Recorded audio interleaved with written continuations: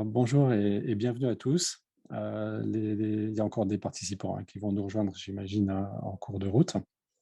Donc, je suis Frédéric du CRT Occitanie.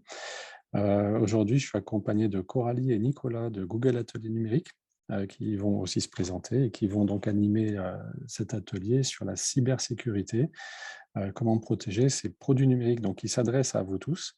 Ça va être une formation assez générale, mais il y aura aussi un focus pour des entreprises qui font de la vente en ligne, donc pour tous ceux qui ont un module de réservation sur leur site.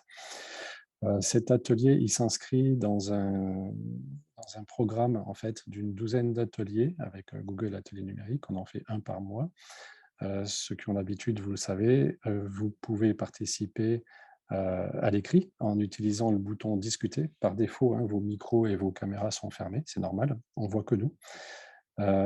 Et donc, vous pouvez poser vos questions à tout moment dans le fil de discussion. Et Nicolas, qu'on ne voit pas parce que sa caméra est fermée, mais il est bien là. Et donc, il va être le modérateur. Il posera donc vos questions à l'animatrice, Coralie, qui, à plusieurs moments pendant sa présentation, y répondra. Voilà, c'est enregistré. Si vous remontez en haut du fil de discussion, vous avez un petit message que j'avais posté avec le lien vers le site internet du CRT où vous pourrez voir le replay à partir de jeudi. Donc voilà, je vous laisse en compagnie de nos animateurs et animatrices. Coralie, Nicolas, à vous la parole. Merci beaucoup. Eh bien, écoutez, moi, je suis ravie d'être avec vous. Je sais que c'est un sujet qui est un peu particulier et dès qu'on commence à parler de cybersécurité, on a tendance, à se faire des petites frayeurs. Vous avez dû voir apparaître sur, votre écran un petit sondage. Moi, je voulais savoir tout simplement si vous aviez déjà suivi une formation sur la cybersécurité, pour faire un peu le point, par rapport au niveau et aux attentes. Rassurez-vous, on va commencer, tout doucement. Le but, c'est vraiment que vous repartiez avec des bases. Je vais vous parler un petit peu de mon expérience puisque, si aujourd'hui c'est moi, votre coach Google, c'est aussi parce que c'est un sujet que je connais très, très bien. C'est ce qui a été le début de ma carrière. C'est plus le cas aujourd'hui, mais ça fait partie des sujets qui m'intéressent. Et du coup, Nicolas, pareil, a une petite expérience, bien sympa sur le sujet. C'est aussi pour ça, qu'il sera en mesure, d'échanger avec vous, de vous répondre rapidement dans le chat. Vous verrez que, effectivement, comme le disait Frédéric, je vais, revenir, parce que, les questions que vous vous posez généralement sur la cybersécurité, c'est les questions que tout le monde se pose. Mais avant de rentrer dans le vif du sujet, je vous représente, très rapidement le programme Google Atelier Numérique. Comme vous le savez, aujourd'hui, on est là avec vous, en distanciel, mais on va aussi à la rencontre, des personnes, qui, ont besoin de nous. On fait pas mal d'itinérance en ce moment, que ce soit, dans des tournées, qui sont dédiées aux professionnels du tourisme, aux professionnels du vin, en fait, au plus grand nombre parce que nous, on n'est pas restrictif. On s'adresse, à toutes les personnes, qui sont en France, et qui ont besoin comme ça, d'acquérir des compétences numériques pour développer leurs projets. Sachez qu'au-delà de, ces petits rendez-vous en session, on va dire privée, on a également une chaîne YouTube et si vous ne la connaissez pas, je vous invite à aller y faire un tour. Ça viendra en complément de, ce que vous pourriez avoir, comme information avec le CRTL. Nous, on aime bien comme ça, se positionner en second rideau, laisser à nos partenaires, la possibilité de vous accompagner, puis apporter ce qu'on appelle la cerise sur le gâteau, le petit plus. Sachez que vous avez également la possibilité de contacter la hotline, que ce soit parce que vous avez une petite question sur, un outil numérique, vous avez besoin d'aide. On dit souvent qu'on est agnostique dans le sens où on ne fait pas que, de l'aide sur les produits Google. Ça va bien au-delà. Nous, on travaille sur l'écosystème, digital. Vous verrez, je vais dire digital numérique, c'est exactement la même chose. C'est juste que, pour une raison que j'ignore, je pense que c'est ce qu'on appelle l'exception française. On a décidé de dire numérique alors que le reste du monde dit digital. Mais voilà, ça change pas trop, notre capacité à vous répondre au 01 76 21 52 00, du lundi au vendredi, de 10 heures à midi, de 14 heures à 17 heures. Je le répète, c'est, un coach Google. Voilà, on n'a pas de plateforme d'appel, on fait pas de choses comme ça. On met vraiment, des personnes qui sont à même de vous aider ou de positionner un rendez-vous. Sachez qu'il y a la possibilité, d'envisager un coaching d'1 heure sur une thématique, bien particulière et d'avancer comme ça ensemble. Vous avez également une super certification en ligne, sur les fondamentaux du marketing, numérique. Moi, je vous invite à la suivre. Je l'ai suivie avant de devenir coach. C'est ce qui m'a aussi donné envie de rejoindre le programme. Je ne sais pas, Nicolas, toi, si tu l'as suivi? En tout cas, voilà, c'est un petit investissement d'une quarantaine d'heures qui va vous permettre comme ça, d'avoir vraiment les fondamentaux ou de revoir un peu les bases. Parce qu'une bonne piqûre de rappel, ça fait pas de mal. Il y a un nouveau pan en fait, qui vient s'ajouter au programme, Google Atelier Numérique. C'est le programme, Google Career Certificate. Vous allez pouvoir avoir des certificats professionnels, sur 4 métiers. C'est entre 110 et 200 heures de formation. Vous avez, la possibilité de vous former, voilà, sur le support informatique, sur le design de l'expérience utilisateur, sur le management de projet, sur l'analyse de données. Si vous voulez en savoir plus, moi je trouve que, il vaut mieux, s'adresser à Dieu plutôt qu'à ses saints. Je vous invite tout simplement, à flasher le QR code et aller voir, un petit peu ce qui se passe et pourquoi pas nous rejoindre, dans cette belle aventure, au-delà de ce live. Même si je ne suis pas sûre, que ce soit ce qui vous intéresse aujourd'hui, puisque, on a fait un petit peu le tour et il me semble que, vous êtes des professionnels du tourisme et vous êtes plus en attente, d'acquisition de compétences immédiates. Mais bon, sait-on jamais? Il paraît que, il faut se réinventer. On nous dit ça depuis, plusieurs années. Moi, je suis une spécialiste. J'ai décidé, puisque, tout me semblait intéressant, de changer, de voie tous les 3 ans. Donc tous les 3 ans, je réinvente mon métier. Le métier que j'occupe aujourd'hui, n'existait pas il y a 5 ans et j'ai bon espoir que mon prochain métier n'existe pas encore. Mais il y a des choses, fondamentales, qui nous suivent et parmi ces choses-là, il y a la cybersécurité. Que vous pensiez épargné ou non, sachez que c'est l'affaire de tous et c'est pour ça que j'aime bien introduire le sujet et vous parler des grands principes. Quand on parle de cybersécurité, on a tout un tas d'idées reçues, on a, tout un tas d'expériences. On sait aujourd'hui, qu'il se passe tout un tas de choses parce que, depuis, le covid, depuis l'explosion de la bulle internet, on passe notre temps en ligne et ça veut dire que, on a de plus en plus la nécessité de se protéger. Au même titre qu'aujourd'hui, vous avez une assurance habitation et une assurance pour votre véhicule qui est obligatoire.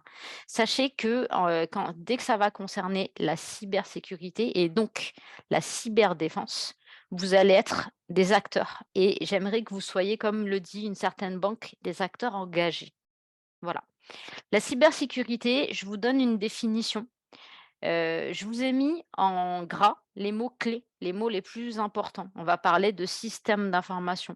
On va parler de, capacité à résister à des événements. On va parler, de compromettre la disponibilité, l'intégrité, la confidentialité. Là, on est dans les mots hantés qui font un peu peur, mais c'est important. Il y a des techniques. On peut lutter contre la cybercriminalité. On n'est pas, comme ça là des victimes, auxquelles on va laisser, tout simplement, juste la capacité, à renaître de nos cendres. Non, non, non, vous pouvez protéger votre système d'information, qu'il soit petit ou qu'il soit grand. Pourquoi? Parce que, il y a un enjeu de taille et ça va concerner tous les acteurs d'internet, les particuliers, les professionnels, les hébergeurs et cetera et cetera. Tout le monde doit participer à cette démarche. La cybersécurité, c'est pas quelque chose de nouveau. Peut-être que c'est quelque chose dont on parlait un peu moins, mais il n'empêche que, depuis le début d'internet, depuis, vraisemblablement 1971 et pour une fois, je suis ravie de dire que je n'étais pas encore née, et le premier virus, Creeper. On a vu comme ça une évolution massive de la cybercriminalité et je vous dis, cybercriminalité parce que, vous allez voir que, les 3/4 du temps, vous avez affaire non pas à un individu, mais à une organisation dont le but de la plupart des organisations, il est lucratif. Voilà, le nerf de la guerre, là, ça va être de l'argent. Au fur et à mesure, de l'évolution de tout ça, on est passé de virus à cybermissile. il y a quelques années, on disait que, si un jour, et je souhaite que ça arrive jamais, on se retrouvait dans un cas de, 3 guerre mondiale, ça serait une, guerre, virale autour de bactéries, de bombes, avec des virus, tout ça, tout ça. Si jamais ça arrive, moi, je peux déjà vous dire que la 4e guerre mondiale, elle se passera en ligne et elle va concerner, les données. Les données, ça vaut de l'or. Je vous expliquerai un peu plus tard pourquoi, mais ce sera vraiment une cyberguerre avec des cyberattaques et la seule chose qu'on peut faire aujourd'hui, c'est anticiper tout ça et commencer à se protéger. Pendant des années, il y a eu une rumeur, c'est une très vilaine rumeur, qui a couru comme quoi les utilisateurs, de périphériques Apple étaient plus protégés que les autres. C'est pas vrai. Sachez qu'aujourd'hui, le monde va tellement vite et comme on sait que la seule chose qui ne change pas sur internet, c'est que tout change, il y a même des virus, qui sont créés uniquement sur smartphone. Et là, que vous soyez Apple ou que vous soyez Android, ça ne changera pas grand-chose. On a derrière tout ça des personnes dont c'est le métier. Et oui, hacker, pirate, c'est un métier à part entière. Vous avez peut-être entendu parler de pirates éthiques, parce que il y a les bons et les mauvais. On reste encore dans cette notion de chevalier blanc et de chevalier noir. Et vous voyez, par rapport à la vie réelle, les choses ne changent pas trop. Quelques chiffres, non pas pour vous faire peur, mais pour vous montrer que, vous avez bien fait de venir. Vous avez bien fait de venir parce que, c'est des chiffres, qui augmentent, qui sont en perpétuelle évolution. La cible c'est préférée aujourd'hui des pirates, des hackers, ce sont, les petites, les très petites et les moyennes entreprises. Pourquoi? Parce que généralement, elles n'ont pas la capacité d'avoir un service informatique dédié et c'est, le dirigeant qui doit, protéger son système d'information, sauf que c'est rarement son métier et du coup, qu'est-ce qui se passe? Il y a des zones d'ombre qui sont faciles à exploiter. Le coût, il est monstrueux. Alors attention, hein, c'est pas per personne, c'est un coût additionné. Il n'empêche que chaque année, voilà ce que ça coûte, toutes ces attaques. On n'a qu'une entreprise sur 5 qui met en place une stratégie.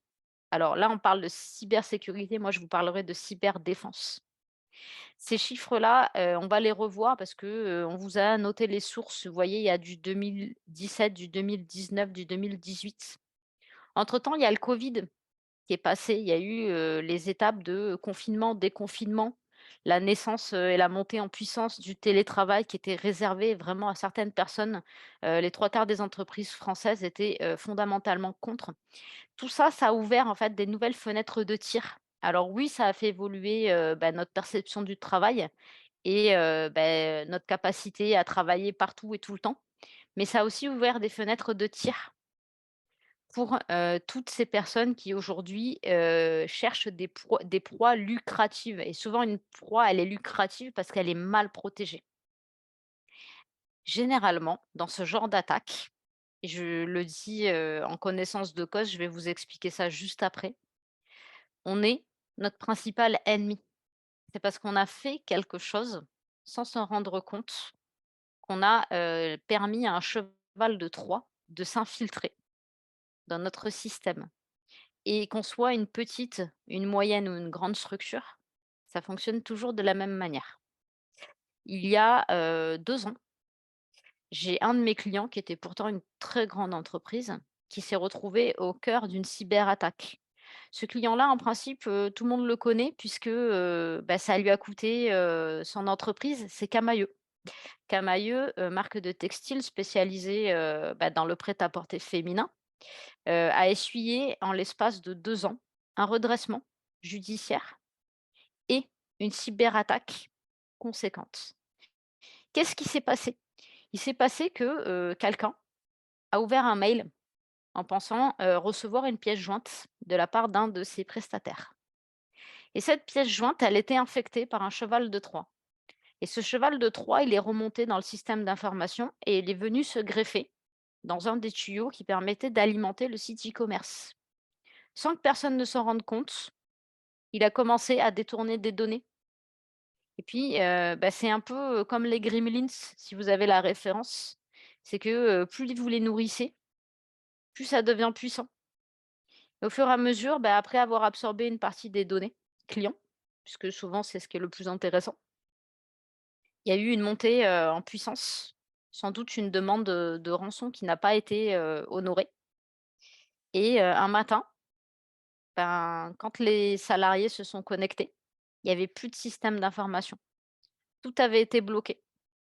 Tout, tout, tout, tout. On pouvait même plus se connecter à une session utilisateur, le site internet, il avait été bloqué. Tout ça pour vous dire que c'est pas parce qu'on est une grande entreprise qu'on est plus sensibilisé à ce qu'il faut faire et ce qu'il faut pas faire. Il y a plusieurs choses généralement qu'il va falloir défendre dans une entreprise. La confidentialité, l'intégrité et la disponibilité. Et si on revient sur l'histoire de Camaïeu, vous avez dû comprendre que ces 3 pans-là ont été compromis. La confidentialité, puisque, les données clients ont été, volées. L'intégrité, puisque, le système, il a été, contourné et ensuite fermé à ses propres utilisateurs. Et ensuite, la disponibilité, puisque plus personne n'a pu se connecter, le site internet a été coupé. Voilà ce qui se passe quand, on se retrouve attaqué.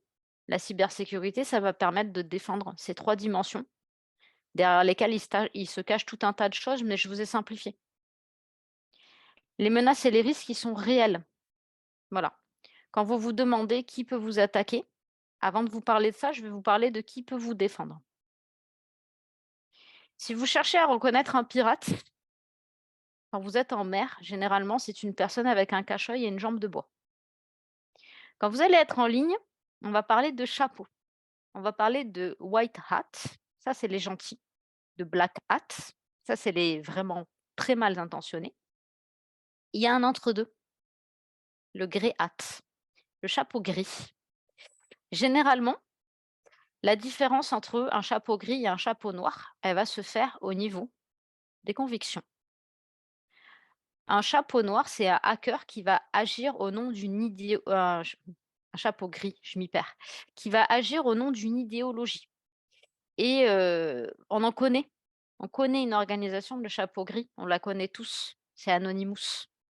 Généralement, ils commettent des délits, mais pour lutter, pour une cause. Vous allez avoir derrière tout ça le terme de activiste et le terme de lanceur d'alerte. Mais c'est pas ceux qui aujourd'hui vont vous faire le plus de mal. Ceux qui vont vous faire réellement du mal, ce sont les chapeaux noirs, les black hats. Là, vous avez clairement une organisation de personnes mal intentionnées. Le but, il est toujours le même, je vous l'ai dit, il est lucratif. Il faut en tirer un bénéfice financier et si c'est pas possible, il va falloir utiliser sa capacité à nuire à un individu ou à une organisation. Aujourd'hui, on n'est pas encore, dans des phénomènes, de, concurrents qui engagent, des hackers, pour faire du mal ou en tout cas, ça se fait pas trop en Europe. Mais il y a d'autres parties dans le monde où c'est ultra concurrentiel, où ça se fait.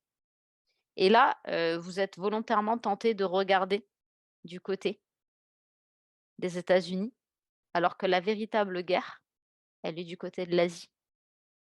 Voilà. C'est des petites, choses qu'on a tendance à imaginer qui sont pas totalement réelles, mais qui ont été nourries par le cinéma. Les motivations, je vous ai donné quelques exemples, du plus simple, du plus basique, le vol de données, au plus gênant, la saturation et la dégradation du service.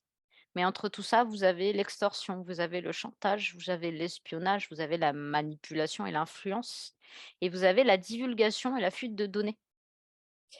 Il y a quelque temps, il me semble que, l'administration française s'est fait sacrément hacker et ça a donné quoi? Bah, il y a des informations, qui concernaient, certaines personnes, au à l'Assemblée nationale qui ont été divulguées. Personne n'est à l'abri. Si vous tombez sur un hacker puissant, ce que vous allez mettre en place, ça va le retarder. C'est un peu l'histoire de la porte blindée. Vous pouvez pas dire une fois que vous avez installé une porte blindée que vous vous ferez jamais cambrioler. Non. C'est juste que, un cambrioleur, il va passer beaucoup plus de temps et généralement, il y a 2 issues. C'est soit vous tombez sur un cambrioleur patient et il finira par rentrer chez vous, soit vous tombez sur un cambrioleur, pragmatique et il ira chercher si un de vos voisins n'a pas une porte plus simple. Voilà. Dans tous les cas, il y aura des dommages. Dans tous les cas, ce que vous allez mettre en place, ça va retarder et vous allez pouvoir réagir et peut-être sauver une partie de ce qui aurait pu, vous coûter très cher. Il y a différentes possibilités d'attaque. Vous allez avoir des attaques de masse et vous allez avoir des attaques ciblées. Et entre les 2, il y a le niveau, il y a l'expertise de la personne qui essaye de vous attaquer. Là, c'est vraiment, automatisé, ça va se passer via des scripts informatiques comme vous pourrez le voir dans des films. Pour les attaques ciblées, vous êtes quasiment sûr que vous avez eu quelqu'un qui est venu guetter votre système d'information et il va y avoir une étape de reconnaissance. C'est toute la capacité de ce qu'on appelle, le cheval de Troie qui va venir comme ça zioter et un petit peu comme une pieuvre, il va venir se greffer comme ça sur toutes les fenêtres que vous avez ouvertes où il y a des zones à risque, où il y a des failles. On va parler de failles de sécurité. Cette attaque-là, elle se fait organisation par organisation. Les attaques de masse, on va pas du tout chercher à vous connaître, on va lancer le plus gros possible pour être sûr de faire des dommages à n'importe quelle organisation. Sauf que l'attaque de masse, généralement, elle peut être attaquée. L'attaque ciblée, vous pouvez réattaquer une attaque de masse et la retourner. Un petit peu comme aujourd'hui, là, on voit les jeunes jouer avec, des cartes Pokémon. Vous pouvez, comme le Uno, renverser la donne. Sur l'attaque ciblée, vous ne pourrez pas. Vous aurez pas le choix. Vous allez être obligé de la subir. Et justement, merci Nicolas, tu poses la question que j'allais poser. Est-ce que vous avez déjà subi une cyberattaque? Ça, c'est la question numéro 1. Et si c'est le cas, est-ce que vous voulez nous en parler? Hop là, j'ai été un petit peu trop vite. Tac. Pour rentrer un peu plus dans les détails, sachez qu'il existe, au-delà de tout ça, hop, des attaques directes, des attaques indirectes et des attaques de proximité. Les attaques directes, ça va directement dans votre système informatique. Les attaques indirectes, on va utiliser tout simplement la méconnaissance d'un ou de plusieurs utilisateurs pour s'infiltrer dans votre système. Les attaques de proximité, c'est aujourd'hui ce qui est en train d'exploser. C'est des attaques en fait où, la personne va se rapprocher au plus près du dispositif à compromettre. Il y a une chose qui est super facile à attaquer et qui est super mal protégée en France, c'est le Wi-Fi. C'est le Wi-Fi. Sachez-le, le Wi-Fi, on est censé changer le code très régulièrement. Encore plus si vous êtes un établissement de tourisme et que, vous avez, tendance à donner ce code Wi-Fi à toutes les personnes qui vous le demandent. Quand vous faites ça, vous créez une faille de sécurité. De la même manière, si vous ne prenez pas le temps, le soir, de désactiver le Wi-Fi, sachez que c'est le moment le plus approprié pour venir vous pirater. Voilà. On va pouvoir comme ça rentrer de votre système via votre box internet parce que oui, votre box internet, elle fait partie du système et les conséquences, elles peuvent être très graves. Vous allez avoir une atteinte à l'image de l'entreprise parce que généralement, quand on vous attaque, on attaque également toutes les personnes qui vous font confiance. Vous allez perdre de clients, ça va se ressentir sur votre chiffre d'affaires. Si c'est de la concurrence déloyale, vous allez vite le savoir. Ça va venir parasiter votre activité. Il y a un effet psychologique, que ce soit sur vous ou sur vos collaborateurs. J'ai vu qu'il y a une personne, qui nous dit que, elle pense avoir été, piratée, il y a pas si longtemps que ça. Je pense que vous devez exactement, comprendre quand je vous parle de l'impact psychologique. C'est que, une fois qu'on a été, comme quand une fois qu'on a été cambriolé, une fois qu'on a été cyberattaqué, on se méfie de tout et de tout le monde.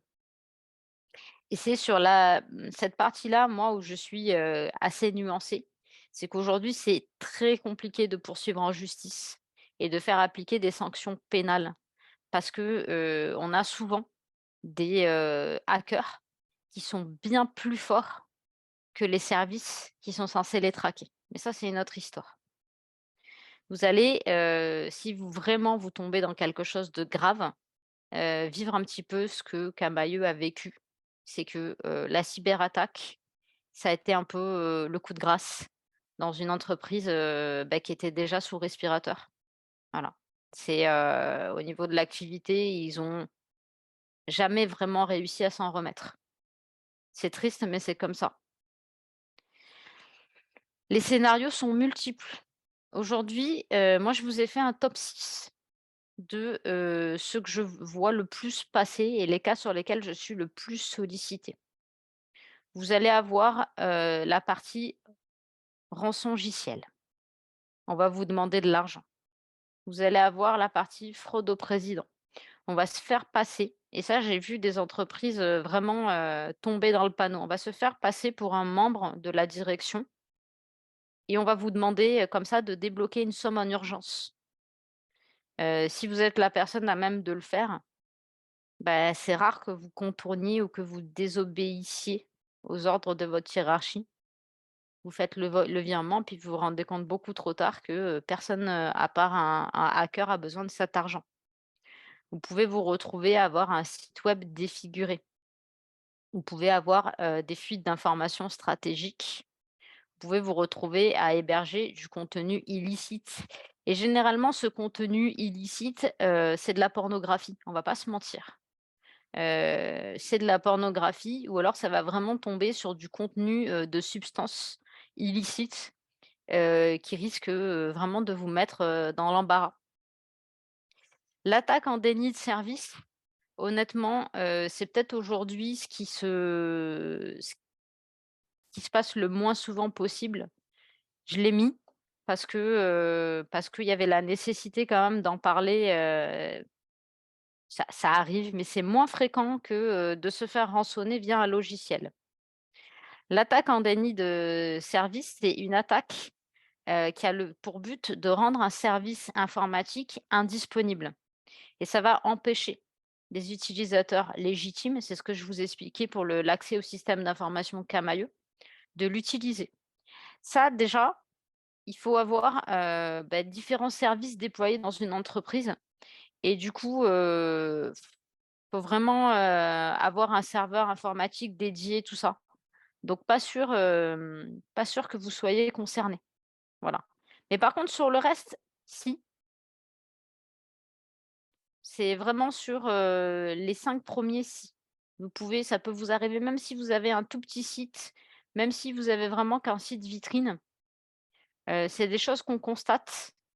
Alors c'est rigolo quand, on est indépendant, de se retrouver, tout simplement, à recevoir, un mail qu'on aurait pu s'envoyer soi-même pour demander, un virement en instantané. Bon, en principe, sauf si, vous avez des troubles de la mémoire, vous savez qu'il ne faut pas le faire.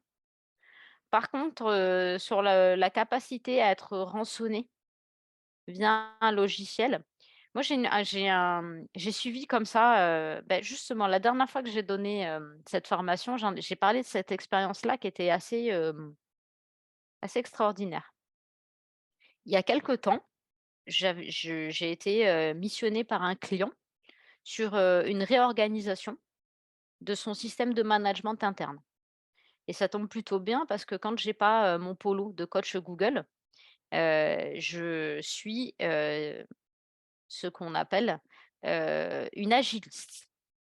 Une agiliste, c'est quelqu'un qui croit, à la méthode, d'organisation et de gestion de projet agile et qui est capable de venir un petit peu, comme Taylor l'a fait avec la taylorisation, modifier le fonctionnement d'une organisation dans le but de lui faire gagner du temps.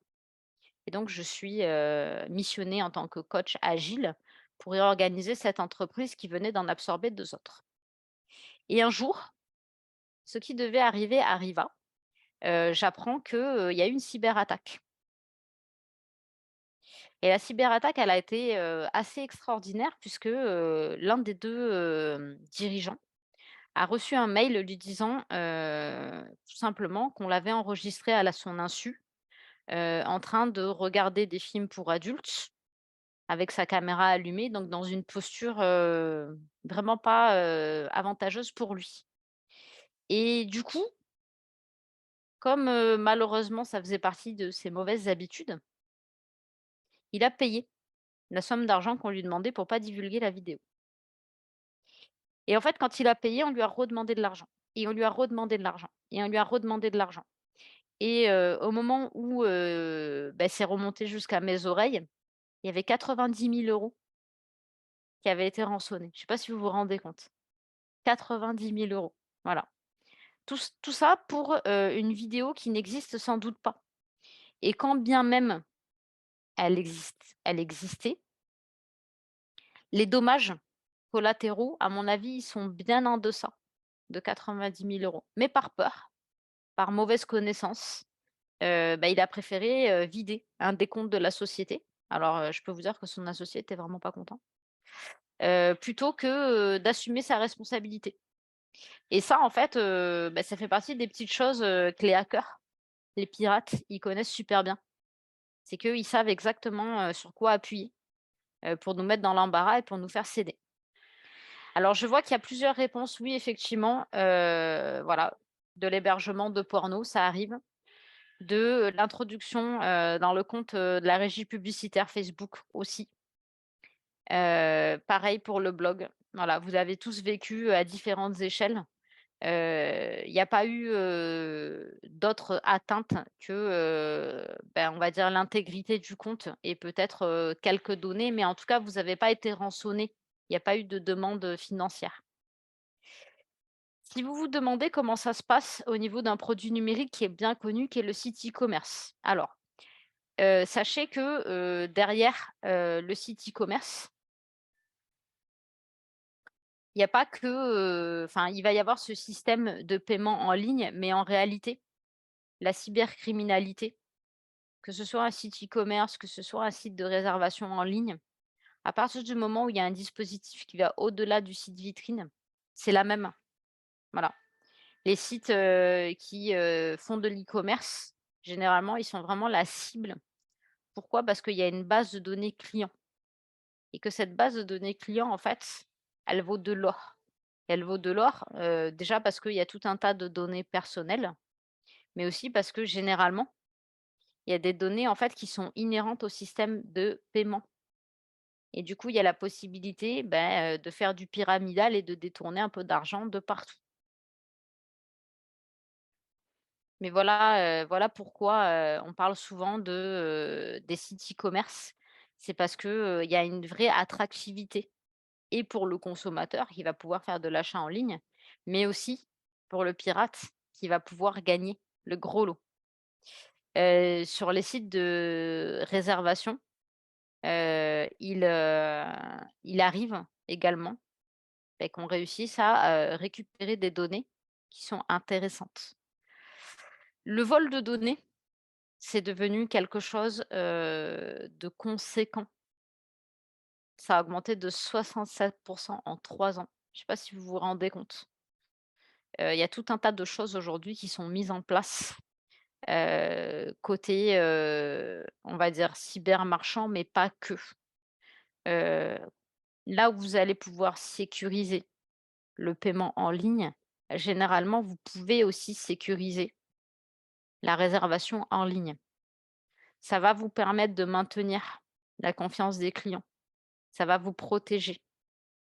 Ça va protéger les données personnelles et donc respecter le RGPD.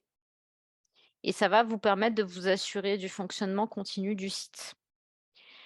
Si aujourd'hui, vous vous posez la question et c'est une question qui revient régulièrement parce que ça fait partie, des choses, pour lesquelles on n'avait pas forcément prévu de, réflexion et de solution. Pourquoi, le digital, le numérique, c'est une industrie polluante? Parce qu'en fait, il y a une disponibilité 24/24, 7 jours sur 7. Internet ne s'arrête jamais.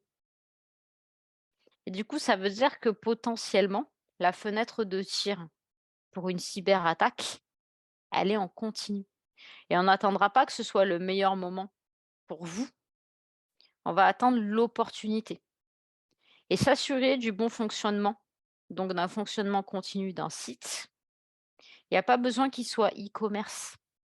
Un site, il est censé être disponible, même sans qu'on ait besoin d'y accéder. Parce qu'après tout, vous ne savez pas à quel moment vos clients ils vont venir sur votre site. C'est pour ça que je vais vous expliquer comment un site, même s'il n'est pas e-commerce, il peut être piraté. Et vous allez voir que si vous faites également appel à des plateformes du type regroupement, du type Booking, etc., du coup, vous êtes aussi concerné par tout ça. Et la plateforme, elle est également concernée. Il peut y avoir des, on va dire, des dommages collatéraux quand vos partenaires se font attaquer. Bon, je viens de vous parler du vol de données. Vous avez bien compris que la donnée bancaire et la donnée personnelle, elles sont au cœur du débat, mais pas que. Vous pouvez vous retrouver comme ça, à être rançonné. Et là, c'est de l'extorsion par un petit malin ou une petite maline qui va bloquer votre site, qui va vous demander de l'argent pour le débloquer. Vous pouvez vous retrouver à avoir le trafic de votre site détourné vers un site malveillant. Parce que tout à l'heure, on a parlé de la capacité d'un pirate à changer le contenu de votre site. Mais sachez qu'une personne expérimentée, elle pourra aussi renvoyer, détourner le trafic et le renvoyer sur un site malveillant. Et à ce moment-là, ben, la personne qui est en face et qui va se retrouver un petit peu prise au piège, elle se souviendra que c'est sur votre site qu'elle a été. Et donc, c'est votre réputation qui sera entachée. On en parlait et je vois que Nicolas a répondu avant moi.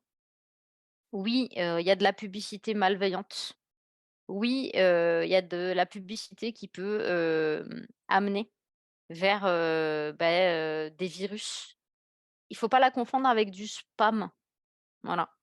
Le spam, c'est un autre pan, de, cette zone-là d'inconfort, dans laquelle aujourd'hui malheureusement on est obligé de naviguer.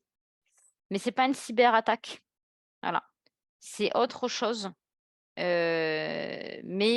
comme l'a bien expliqué Philippe, s'il vous plaît, soyez également des acteurs. Pensez, à, signaler et à bloquer systématiquement. Moi, je trouve que, ces techniques-là, en ce moment, il y a un réseau social, qui prend cher, c'est Instagram. Instagram, je sais pas vous, mais je pense que je gagne un aspirateur Dyson quasiment tous les jours, avec des publicités, en plus, on le voit, hein, que c'est du faux.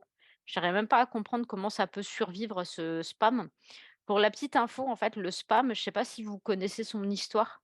En fait, c'est assimilé, à un truc qu'on n'utilise plus trop en France. C'est des conserves de jambon. C'est en principe, vous trouvez ça souvent, dans les magasins asiatiques parce que les asiatiques en consomment énormément. Et c'était envoyé en cadeau par les représentants, qui font du porte-à-porte ou les représentants de commerce à leurs clients. Mais c'était envoyé en masse et tout le monde envoyait la même chose. Et du coup, quand on a, commencé à voir ce phénomène sur internet, on a appelé ça du spam en référence à cette marque, de jambon, en boîte et bah, c'est resté. C'est resté, mais c'est vraiment ça, on est vraiment enseveli, sous, cette publicité qui est non souhaitée, mais qui est pas considérée comme, une cyberattaque. Voilà, c'est, quelque chose à part entière, mais ça reste un nuisible. Au même titre, qu'on peut parler hop, aujourd'hui, des attaques de cafards, et cetera. Bah, notre nuisible sur internet, c'est cette publicité et oui, effectivement, cette marque en plus, qui a très mauvaise réputation, heu, parce qu'elle a des procédés de fabrication qui sont pas jolis. Elle est souvent au cœur, des scandales à tel point qu'il me semble, qu'à un moment, il y a des personnes qui s'étaient demandé, si elle avait pas fait ça dans un but de visibilité. Je saurais pas vous dire, mais voilà, pourquoi pas après tout, on est quand même dans un univers où le buzz, est recherché en continu et on le disait, le fait de retrouver votre site défiguré ou de le saturer pour l'empêcher de fonctionner. Sachez que, j'ai déjà vu ce genre de petites choses, pour des concurrences, dans des grandes villes, pour des hôtels. Il y avait des opérations comme ça de saturation pour empêcher la réservation et du coup, détourner, le trafic, vers les sites des concurrents. C'est pas en France, mais voilà, ça se fait. Il y a des gens qui ont du temps pour réfléchir à des choses pas très, sympas de ce genre. Je vous le disais tout à l'heure, les conséquences pour une entreprise, elles sont, phénoménales et encore plus quand c'est en ligne. Parce que en ligne, tout se sait. Internet n'oublie jamais. Souvent, ce qui vous fait du mal, c'est la perte de crédibilité, de confiance et là, ça va entacher votre réputation en ligne, donc votre e-réputation. Ça, c'est la partie, on va dire, qui est étroitement liée à votre ego. Mais là où ça va faire mal, c'est le manque à gagner et c'est les plaintes et les poursuites. Pourquoi? Bah, parce que, c'est normal, hein, sur un site, quand on perd en trafic, on perd encore en conversion puisque c'est proportionnel. On va se retrouver en chute libre au niveau du référencement et vous pouvez même arriver à des points où vous allez être déréférencé et puis c'est surtout, ce que je souhaite à personne, mais pourtant c'est quelque chose, de primordial et il faut vraiment le faire, c'est la fermeture temporaire du site. Le petit conseil que je donne toujours aux personnes qui, me sollicitent dans le cadre d'une cyberattaque, dès que vous vous rendez compte, débranchez tout. Débranchez tout avant que ça aille trop loin. Voilà. C'est, la meilleure solution de protéger son système et derrière, le rebrancher, mais le faire tourner uniquement en local pour que à distance, personne ne puisse y accéder le temps que vous fermiez un petit peu, les barrières, et que, comme on le faisait à l'époque dans les châteaux, vous releviez le pont-levis et vous vous positionnez comme ça sur les remparts, pour lutter. Les amendes les amendes, sachez qu'aujourd'hui, c'est, de plus en plus mis en place. Moi-même, j'ai déjà poursuivi une entreprise, qui n'a pas protégé mes données personnelles et qui les a exposées et sachez que j'ai gagné. Voilà, parce que, c'est pas normal en fait, d'être vendu comme un morceau de viande, quand vous avez simplement acheté un bouquet de fleurs à votre maman pour la fête des mères. C'est horrible, mais voilà, au bout d'un moment, les données personnelles, il faut y faire attention et vous êtes garant de tout ça. À partir du moment où vous en recueillez sur votre site internet, vous devez être conforme au RGPD, vous devez avoir une politique qui les protège. Bien entendu, il y a toutes les histoires, de, réglementation, de non-respect de la réglementation. Élisabeth, du coup, je vais vous inviter votre question, elle est super intéressante. Je vais vous inviter à pas utiliser la case, questions-réponses, mais à la, déposer directement dans le chat, s'il vous plaît. Comme ça, hop, je vais pouvoir, l'évoquer, en direct. Donc, comment on se rebranche en local? C'est assez simple, en fait. Votre système d'information, généralement, il n'a pas besoin, du Wi-Fi et il n'a pas forcément besoin d'internet pour tourner. En tout cas, pour que vous puissiez y accéder. Donc, la chose la plus, importante à faire déjà, c'est de vérifier si tout s'allume et si en tant qu'utilisateur, vous arrivez à vous connecter à votre système. Donc là, sur un réseau local, vous pouvez le faire, c'est, ce que vous faites le matin quand vous allumez votre ordi, vous tapez votre mot de passe et vous voyez si vous arrivez à accéder à votre session. Et ensuite, vous allez pouvoir, tout simplement lancer les différents logiciels, sauf si ce sont des logiciels en ligne. Du coup, là, on partira sur l'application web. Mais du coup, vous allez pouvoir voir si une fois que vous avez, ouvert votre session utilisateur, vous arrivez par exemple à lancer votre logiciel de compta, à lancer votre logiciel d'encaissement. Et tous ces logiciels-là, certes, vous n'allez pas avoir accès à tout puisqu'ils nécessitent une connexion internet, mais au moins vous allez pouvoir savoir s'ils ont été touchés par l'attaque. Et là, vous allez pouvoir réagir. Vous allez pouvoir vous demander, mais surtout ne commencez pas d'emblée à, vouloir relancer internet. Et d'ailleurs, à partir du moment où vous allez, vous décider à relancer internet, déconnectez tous les périphériques, que ce soit en Wi-Fi, que ce soit avec votre câble Ethernet et relancez uniquement votre box et regardez ce qui se passe. Déjà, vérifiez que, elle arrive à nouveau à se connecter au réseau. Vérifiez qu'elle n'est pas, complètement flanchée, et surtout, ne rebranchez qu'un seul périphérique. Si possible, celui sur lequel vous avez un antivirus, sur lequel vous avez un pare-feu et sur lequel vous avez, aucune donnée qui risque. Et là, vous allez pouvoir aller voir vos produits et vos services en ligne et faire l'audit de ce qui se passe, mais vous exposerez qu'une seule machine. Cette machine-là, moi, je vous conseille de la nettoyer avant même de la reconnecter au réseau, de vérifier que son intégrité, elle est intacte. C'est le meilleur moyen de, s'assurer que, vous êtes, encore maître ou maîtresse de la situation. On va en parler un petit peu plus tard parce qu'il va y avoir tout un tas de petites choses, que vous allez devoir faire. Ça, je vous l'ai expliqué, ça, je vous l'ai expliqué, ça, je vous l'ai pas encore expliqué. Donc, je vous ai parlé du fait de, se retrouver désindexé. Aujourd'hui, il y a un outil qu'en principe, on connaît, alors souvent mal, mais qui est pourtant un outil essentiel, c'est la Search Console. La Search Console, si vous la pluguez sur votre site avec, Google Analytics ou avec un concurrent, vous allez avoir des informations et notamment des informations relatives au piratage. Parce que cette petite machine-là, elle passe son temps à auditer votre site et à vérifier que tout va bien. N'hésitez pas à aller faire un tour sur le lien que Nicolas vient de, vous adresser. Vous allez voir, il y a des choses très, très, très intéressantes. Avant même de, réagir en cas de cyberattaque, je vous donne quelques recommandations pour protéger votre site internet. Avant la création du site, s'il vous plaît, identifiez les menaces, sécurisez votre nom de domaine et si vous êtes plusieurs à travailler sur ce site, sensibilisez-vous, formez-vous, formez vos collaborateurs. Mais c'est simple, vous êtes en train de le faire aujourd'hui. Voilà, c'est un bon investissement, 1 heure et demie, 2 heures. Vous allez devoir être à l'aise avec tout ça. Le fait de protéger vos comptes avec une politique de gestion des mots de passe. Le fait de configurer et de sécuriser le serveur sur lequel vous allez héberger votre site, mais également les données. Vérifier la mise en place de pare-feu. Sécuriser les communications. C'est une connexion sécurisée qu'il faut pour tous les dispositifs, que ce soit, les mails, que ce soit les messageries instantanées. Il faut le faire cet audit.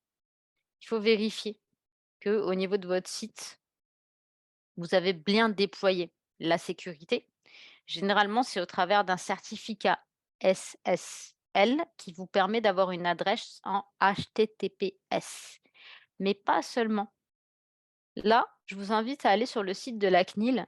Nicolas, si jamais tu as le lien, je veux bien que tu le pousses dans le chat, sur l'atelier RGPD. Donc la CNIL aujourd'hui, c'est l'organisme qui va, tout simplement, faire en sorte que le RGPD, donc la réglementation, sur la gestion et la sécurisation des données personnelles, soit bien appliquée en France. C'est une directive européenne. C'est la CNIL, qui est un organisme d'État qui veille, au fait que, la réglementation, elle soit appliquée. Ce qu'il y a de bien, c'est qu'ils fournissent comme ça une formation en ligne pour que vous puissiez comprendre pourquoi c'est important, mais surtout que vous puissiez mettre en place cette démarche. Voilà. Vous allez sur le site de la CNIL, vous regardez atelier RGPD et vous allez pouvoir, déployer tout ça dans votre entreprise et vous retrouver en conformité. Ça, vous devez le faire avant de lancer votre site internet et vous allez voir, vous avez tout un tas d'obligations à remplir. Et ensuite, ça va se passer du côté de votre hébergeur. L'hébergeur, c'est celui qui met à disposition le, serveur. Alors il y en a, je crois le plus connu en France aujourd'hui, c'est OVH. Vous avez, O2 Switch, vous avez One and One et tout ça, vous avez tout un tas d'hébergeurs. Il va falloir vraiment consulter sa politique de sécurité et voir ce qu'il vous propose. Une fois que votre site il est en ligne, pensez à le sauvegarder régulièrement. Pensez, très régulièrement à changer vos mots de passe et surtout les mots de passe administrateurs. Voilà. Il faut, si vous utilisez un site, WordPress ou un site, de type, CMS où vous allez pouvoir, installer du contenu et des extensions, mettez-les à jour. Ces extensions-là, généralement, les mises à jour, c'est des corrections de failles de sécurité et ça, vous savez ce que c'est parce que au moins une fois dans votre vie, vous avez expérimenté, cette mise à jour sous Windows. Vous savez, celle où on vous dit, qu'il y en a pour 5 minutes et que vous restez 2 heures devant votre ordinateur qui tourne dans le vide. C'est hyper important. Ça, si déjà vous mettez en place ces 3 petites actions, une fois que le site il est sorti, vous êtes à 80 tranquille.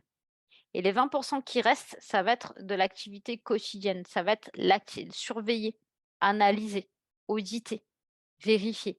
Ça, c'est important et si vous avez pas de webmaster, vous allez être obligé de le faire vous-même et si vraiment vous vous sentez pris au dépourvu ou prise au dépourvu, c'est le moment de vous faire accompagner. Il y a des personnes dont c'est le métier. Voilà. Ça va vous permettre d'identifier les menaces, pardon, et de minimiser les risques encourus. C'est le parallèle que je faisais tout à l'heure avec la porte blindée. Voilà.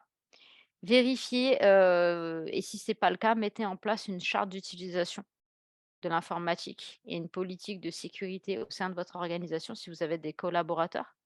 Mais sinon, commencez à vous mettre, comme ça devant le fait accompli et à pratiquer cette gymnastique, si vous êtes, seul aux commandes.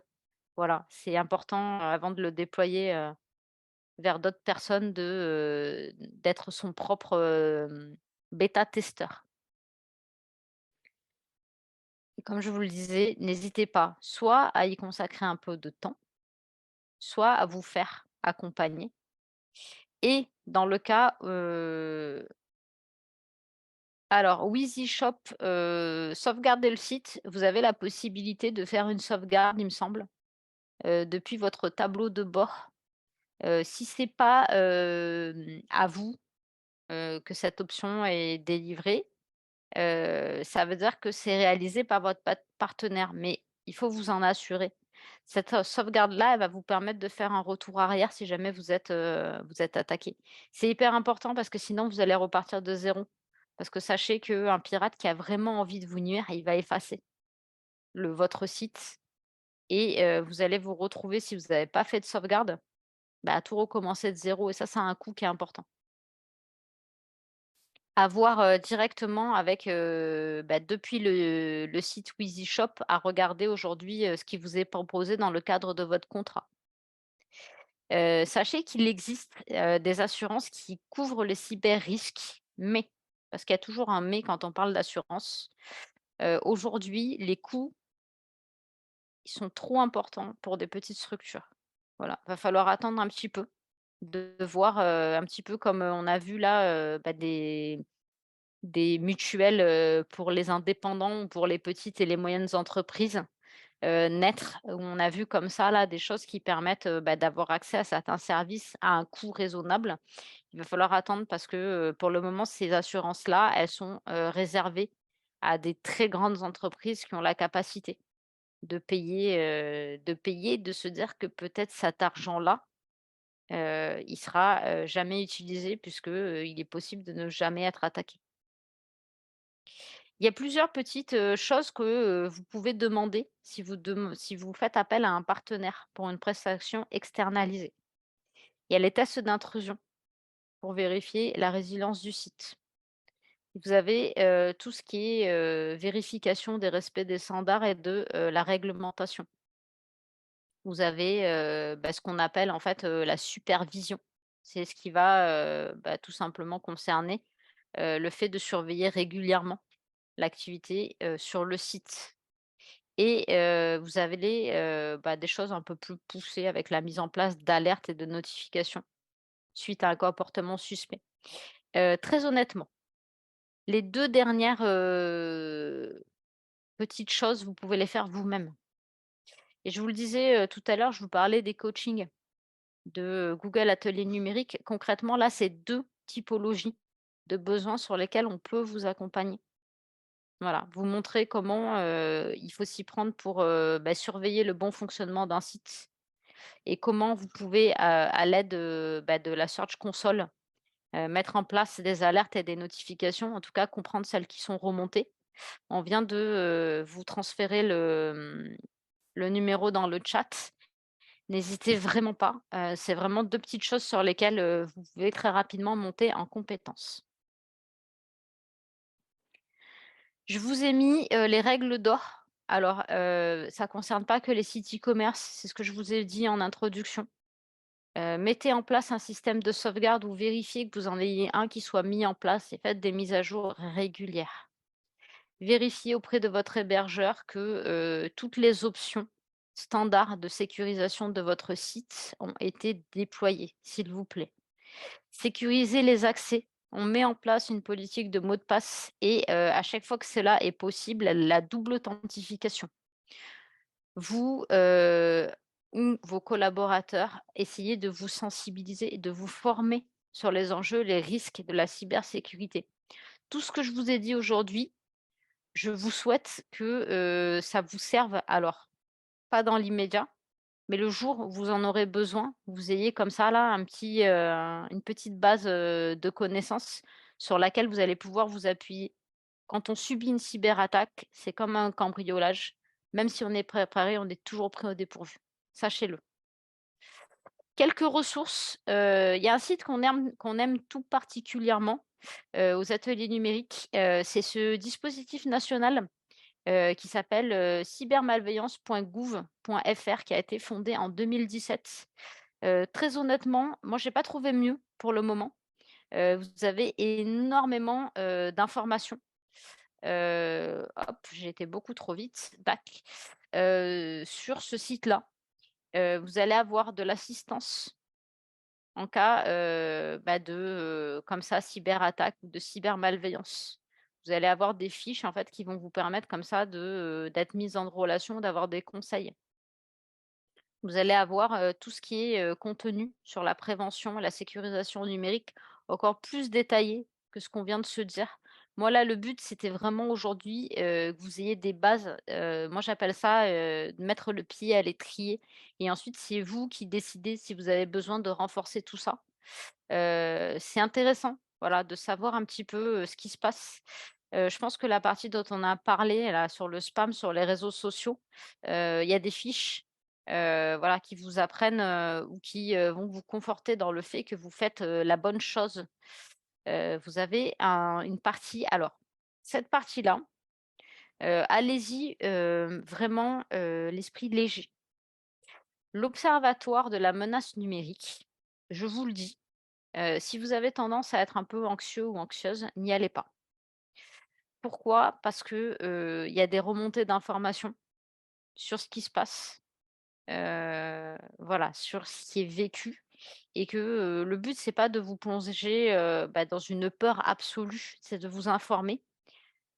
Allez-y quand vous vous sentez prêt ou prête ou si vous n'êtes pas de nature sensible. Il y a quand même, voilà des partages statistiques, des analyses de données. Il y a des infos sur, ce qui est mis en place en termes d'action publique. C'est pas mal du tout, c'est un vrai observatoire, c'est hyper vivant. Mais du coup, c'est vrai que, ça peut faire un peu froid dans le dos. Donc, attendez d'être prêt ou prête, avant de vous lancer, là-dedans. Je vais passer un petit peu ça je vous en ai parlé, je reviendrai dessus tout à l'heure. Bah, je l'ai perdu. Tac. Alors je l'ai perdu. Du coup, ce que je vous invite, à faire, puisque j'ai perdu ma diapo, mais qui m'a donc volé ma diapo? C'est le moment des questions-réponses. On va prendre, il nous reste, ouais, un bon moment. On va prendre le temps qu'il faut pour répondre à vos différentes questions. Je vois que j'en ai déjà une.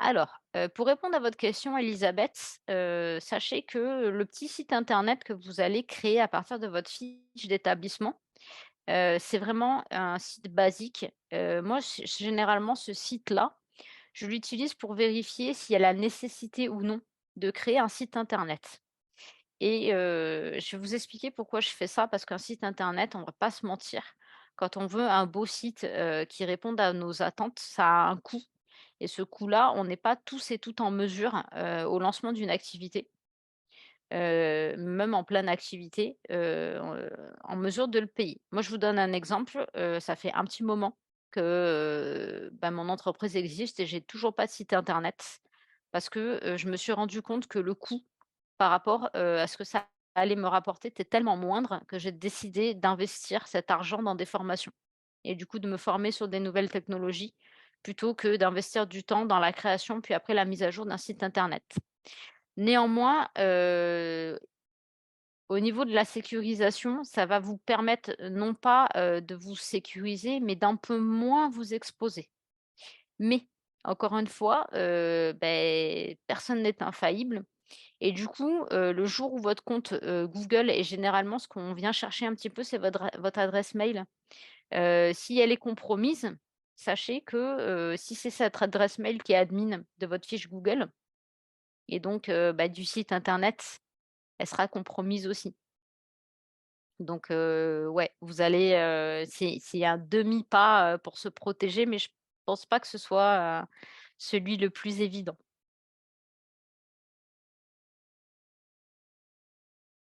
Alors surtout, José, par rapport à votre boîte mail, le premier réflexe, changez votre mot de passe.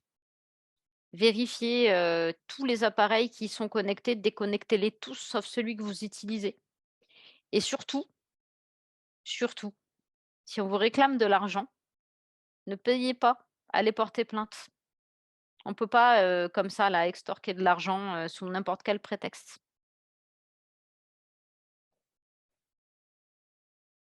Alors pour répondre à votre, question Sylviane par rapport à votre, logiciel de réservation en ligne. Là, il va falloir voir votre contrat de service, d'utilisation du service pour savoir qui est le responsable des données. C'est marqué contractuellement, vous connaissez les responsabilités de chacun et de chacune. Quoi qu'il en soit, bien vérifier ça, et vous faire accompagner parce que ce partenaire-là, si jamais, il a, délégué une partie de ses responsabilités, il doit être force de conseil. Je connais pas cette plateforme, donc je saurais pas vous dire. En principe, en France, c'est, tac, tac, tac, c'est la personne, qui héberge les données, qui est, en charge de la sécuriser. À voir. Mais je pense que oui, parce que c'est leur propre système. À vérifier avec le partenaire. Voilà. Du coup, on a une réponse sur 2 sûre. Dans les cas comme ça, quand, vous faites appel à des tiers, quand vous faites appel à des partenaires, quand vous faites appel à des services, maintenant que vous savez, maintenant que vous avez été sensibilisés et formés, posez la question, demandez ça. Ça doit faire partie des critères que vous allez évaluer.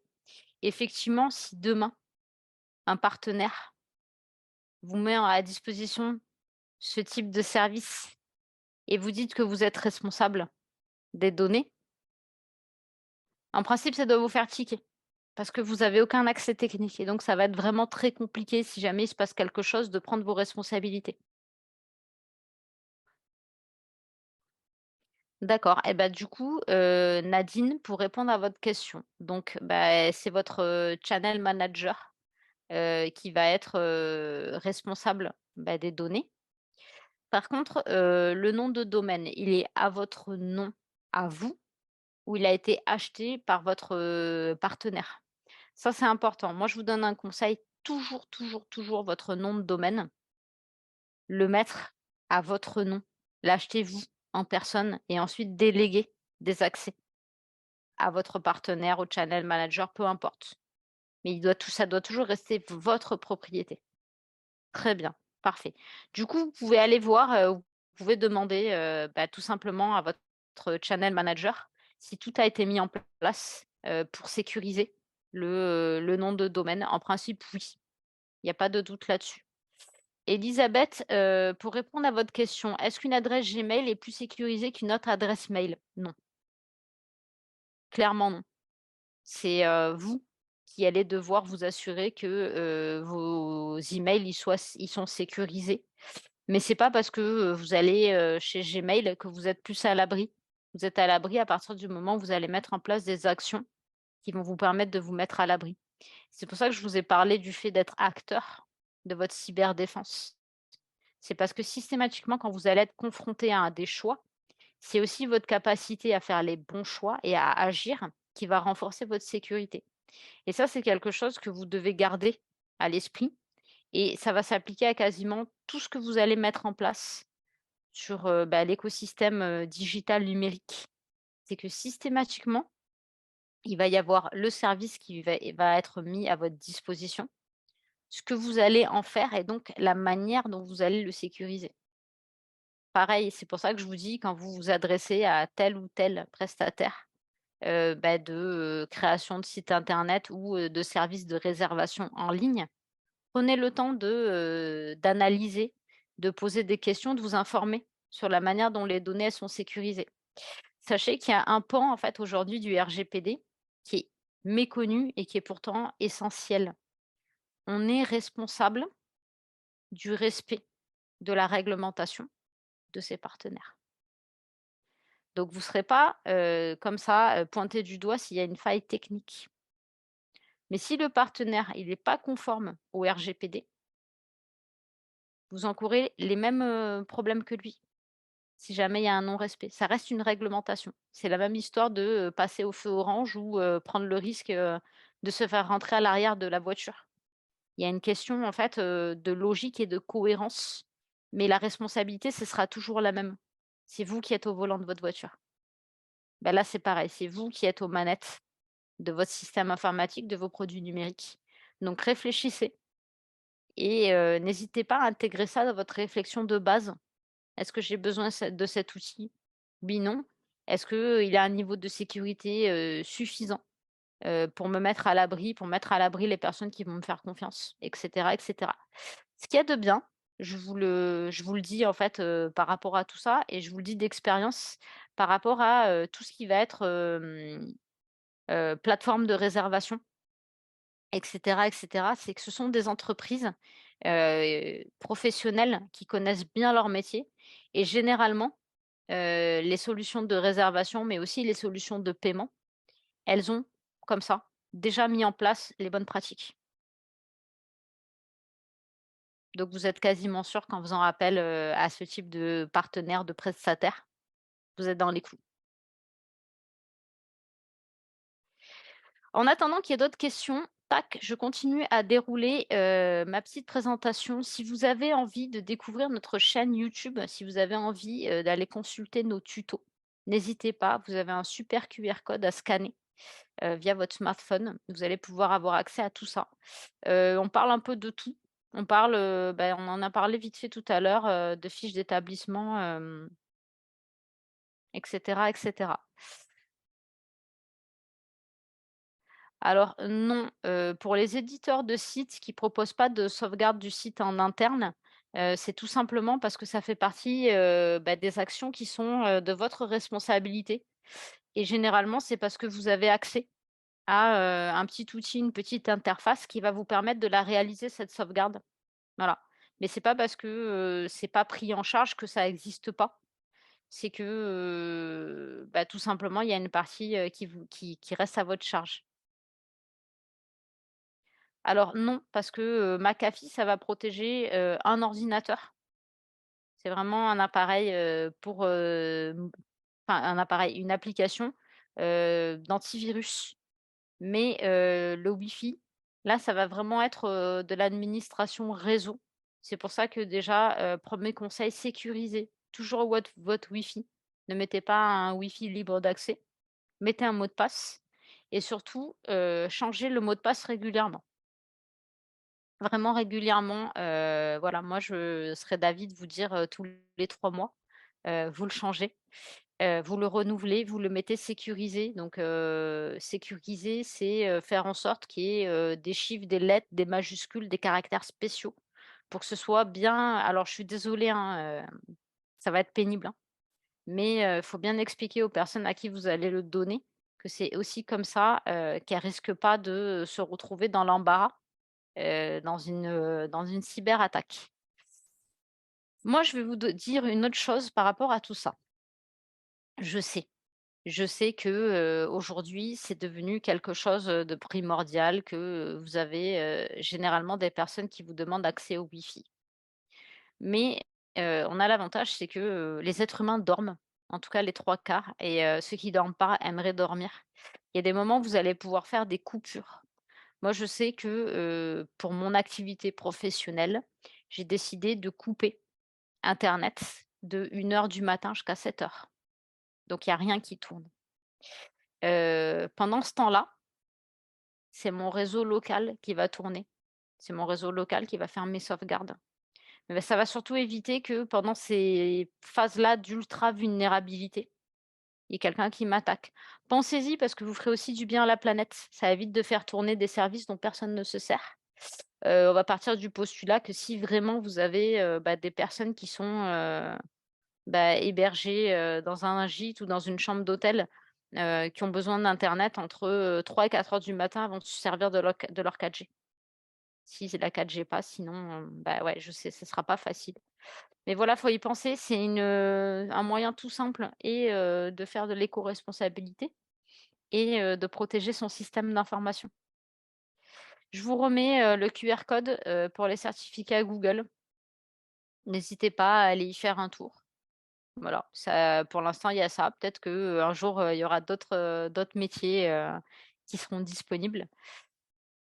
C'est une occasion comme une autre, de continuer à se former. Il me semble que, le prochain métier, il touche la cybersécurité, mais voilà, je veux pas trop vous livrer, de secrets, mais c'est ce qui se murmure. Tac. N'hésitez pas à venir nous voir. Nicolas et moi et tous les autres coachs Google, on est toujours ravis, d'échanger et de partager avec vous, que ce soit sur la cybersécurité ou sur, tout un tas, d'autres petites choses. C'est intéressant d'avoir vos retours, comme ça sur les formations et de pouvoir, vous accompagner dans vos projets. Je vous ai remis le numéro si vous souhaitez, tout simplement avoir un second rideau, au-delà du, CRTL, sur les outils numériques. On sera ravis de prendre le relais et de vous accompagner dans cette démarche-là. Je sais qu'il y a tout un tas d'outils qui sont mis à votre disposition. Du coup, nous, ça va vraiment, être sur des choses où, vous avez un besoin très particulier. On ne pourra pas faire du généraliste, ça sera vraiment sur votre projet, mais voilà, c'est toujours sympa d'avoir comme ça, la capacité à être, épaulé.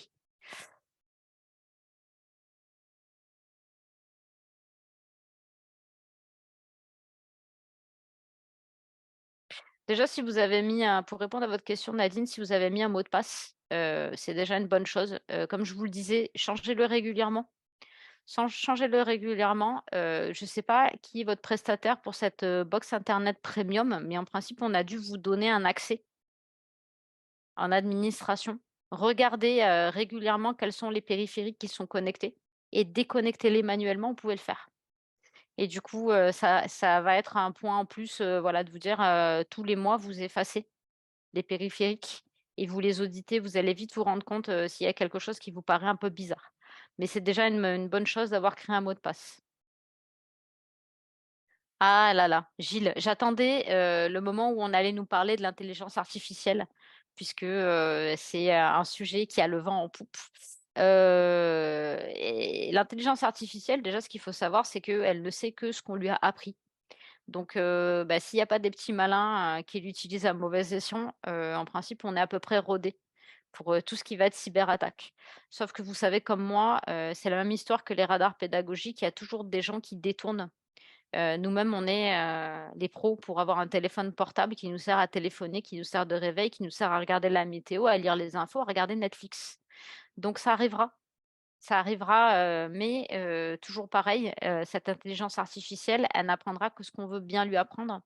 Et ce qu'il y a de bien, c'est que, comme aujourd'hui la cybersécurité, c'est devenu un sujet important, vous avez autant de gens qui l'utilisent pour faire du mal que des gens qui l'utilisent et qui y travaillent pour protéger tout le monde.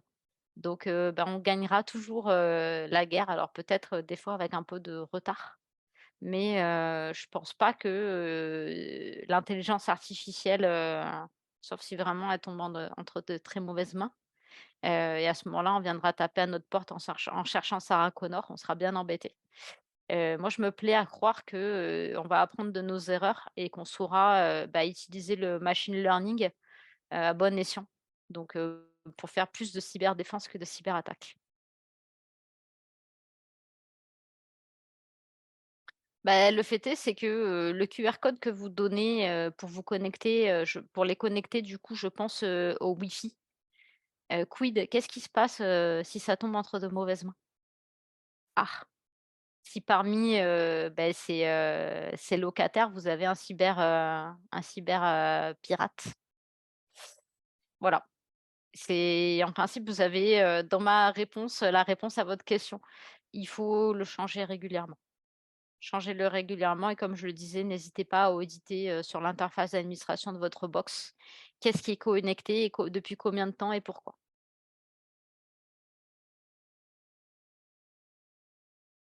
Non, alors pareil, pour, éteindre l'accès au Wi-Fi la nuit, vous pouvez le faire depuis l'interface administrateur de votre box. Si vous trouvez pas, sachez qu'il existe des super prises, connectées. Moi, j'ai ça là, programmable. Voilà, j'ai récupéré ça, je peux vous dire que ça date parce que à l'époque, c'est mon grand-père, qui n'est plus de ce monde, qui m'a expliqué comment ça fonctionnait.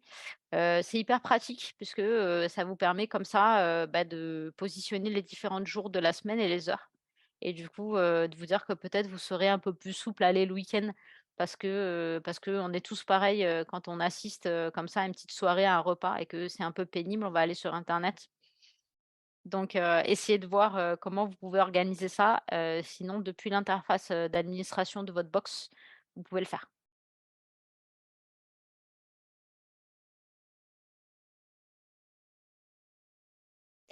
Eh bien voilà, je pense que, je vous ai dit, alors Nadine, la prise, vous regardez prise programmable dans n'importe quel, magasin de bricolage. Et si le téléphone est branché sur la box, avez-vous réellement la nécessité, d'être appelé entre, 1 heure et 7 heures du matin? Et du coup, à vous de voir. Heu, bon,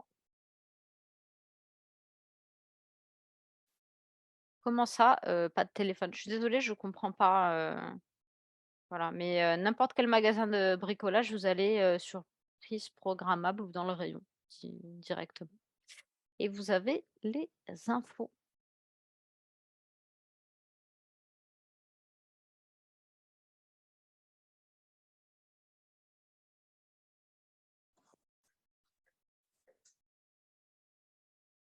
Allez, je vous laisse encore, quelques petites minutes,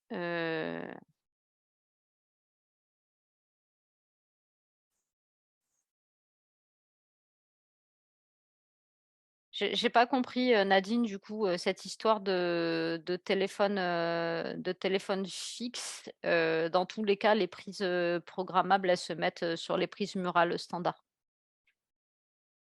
Donc, effectivement, si vous avez pas de téléphone, fixe sur cette box, vous pouvez la couper, le soir, hein. Ça fera du bien à la planète.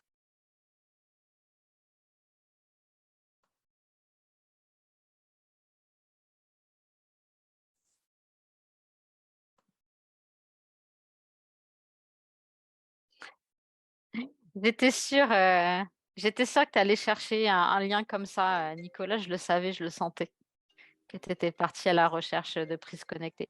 Tu peux regarder aussi prises programmables, c'est un peu plus vieillot, ouais, voilà, Géo trouve tout. J'ai pas osé la ref parce que je savais pas si tu l'avais. Et non, pas du tout. J'avais pas cette ref-là.